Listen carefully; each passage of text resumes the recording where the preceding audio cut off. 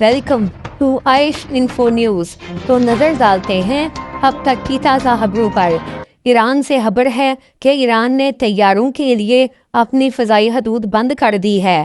امریکہ اور اسرائیل کے ممکنہ حملے کے پیش نظر ایران نے طیاروں کے لیے اپنی فضائی حدود بند کی ہے۔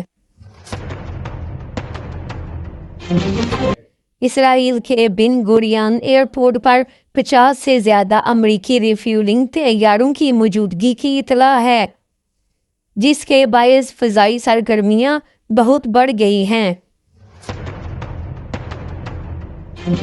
ایران نے کہا ہے کہ گلف کنٹریز کے پاس ابھی بھی وقت ہے کہ وہ امریکیوں کو اپنے ملک سے بے دخل کر دیں۔ بعد میں امریکہ ایران جنگ شروع ہونے کی صورت میں اگر ایران ان ممالک میں امریکی بیسز کو نشانہ بناتا ہے تو پھر متاثرہ ممالک کی طرف سے کوئی شکایت قابل قبول نہیں ہوگی۔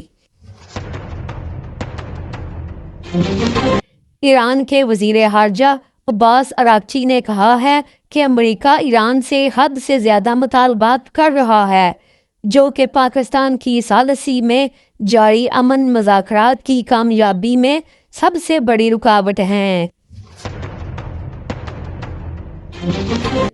ایران نے کہا ہے کہ وہ جنگ کے لیے پوری طرح تیار ہے۔ اگر امریکہ حملہ کرتا ہے تو وہ نئی اور جدید میزائلوں سے اس کا جواب دے گا۔ ہرمز اسٹریٹ کے ساتھ ساتھ باب المندیب کا روٹ بھی بند کر دیا جائے گا اور ہرمز میں بارودی سرنگوں کو بھی ایکٹیو کر دیا جائے گا۔